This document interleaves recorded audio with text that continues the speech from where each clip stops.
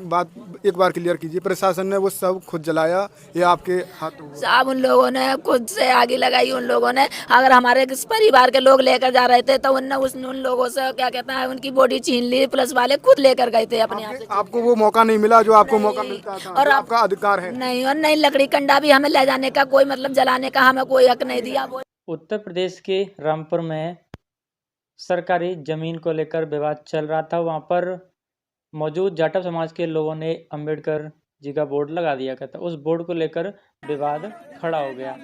जानकारी के मुताबिक बताया जा रहा है कि पुलिस फायरिंग में एक युवक की जान भी चली गई और 2 लोग घायल बताया जा रहा है। सूचना और मीडिया से प्राप्त जानकारी के अनुसार बताया जा रहा है कि उत्तर प्रदेश के रामपुर के मिलक थाने के अंतर्गत आने वाले एक गांव में एक सरकारी जमीन थी जिस पर पहले से घूरे वगैरह डाले जा रहे थे, जिसमें देहाती गांव में कहते हैं कि घूरे उस पर डल रहे थे। लेकिन उस पर साफ सफाई के बाद एकीकरण हुआ और फिर उस पर अम्बेडकर बोर्ड लगाया गया। वहाँ पर पुलिस आई, पुलिस ने सारी चीज़ों को देखा।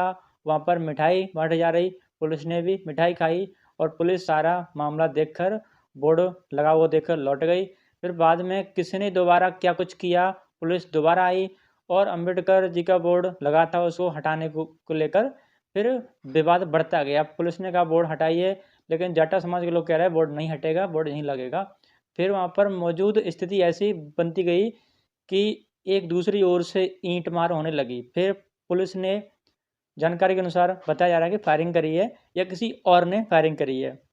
तो वहाँ पर मौजूद लोग हैं जो कह रहे हैं कि अन्य लोगों ने भी अपनी छतों से फायरिंग करी है। जहाँ पर अम्बेडकर बोर्ड के पास कुछ लोग, जो भीड़ जाटा समाज इकट्ठा था, उसके ऊपर अंधाधुंध लोगों ने छत से फायरिंग करी है। जानकारी के अनुसार ये भी बताया जा रहा है कि जाटव समाज और गंगवार समाज के बीच में ये जंग छिड़ी थी। जाटव और गंगवार समाज के बीच में ये जंग छिड़ी थी।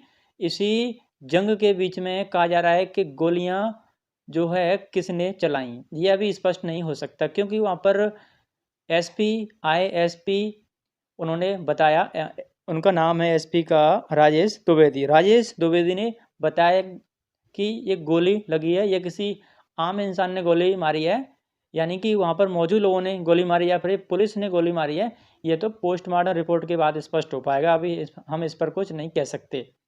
लेकिन अब वहाँ पर 25 लोगों के खिलाफ, यानी कि 25 लोगों के खिलाफ केस हो गया है। उसमें एसडीएम पर भी एफआईआर हो गई है। अभी की स्थिति ये बताई जा रही है कि उसमें एसडीएम पर भी केस फाइल हो गया है। और वहाँ पर मौजूद जो जिन लोगों ने ऐसा आरोप है कि पुलिस ने फायरिंग करी थी, तो उसमें से कुछ लोगों पर केस और कुछ की अभी नौकरी को भी हटाने की ऐसी बातें सामने आ रही हैं। ऐसा कहा जा रहा है कि उत्तर प्रदेश में रामराज आ गया। क्या हम इसी रामराज की कल्पना कर रहे थे? 22 जनवरी अयोध्या में राम आए और राम 22 के बाद क्या अब इसी हम रामराज की बातें हम लोग सोच रहे थे? ऐसा अक्सर आपने देखा होगा कि इससे पहले भी उत्तर प्रदेश के हाथरस में एक बहन के साथ में गैंगरेप हुआ, उसके बाद उसको रातों रात जिंदा जला दिया गया। ऐसा ही यहाँ पे भी हुआ। यहाँ पे भी पुलिस ने जबरदस्ती उस एक नौजवान जिसकी उम्र 17 वर्ष, उसको पुलिस ने जबरदस्ती उसकी लाश को उठा करके और उसको जलवा दिया। लाश को उठाया और जबरदस्ती बिना किसी की सहमति के, बिना उनके लोगों की सहमति के पुलिस ने जिंदा ही ये मानो कि उसको जला दिया। क्योंकि जब उसकी फैमिली एग्री नहीं है कि हम जांच चाहते हैं, इसकी सही से जांच हो कि गोली किसने मारी, लेकिन पता नहीं पोस्टमार्टम हुआ या नहीं हुआ, ये तो पुलिस बताएगी। पुलिस सारी चीज़ों को स्पष्ट रूप से बताएगी या नहीं बताएगी तो वो जाने। लेकिन पुलिस ने बिना फैमिली की सहमति के ही उसका दाह संस्कार कर दिया। पूरे गांव को पुलिस ने दौड़ा दौड़ा कर पीटा है। पूरे गांव में पुलिस ने लोगों को दौड़ाया है। लेकिन फैमिली के लोग कह रहे थे कि हम यहाँ से लाश को नहीं हटने देंगे जब तक इसकी सही से जांच नहीं हो जाए कि किसने गोली चलाई है। तो ये रामराज की स्थिति है या कैसी स्थिति है, इसको किससे जोड़कर देखा जाए?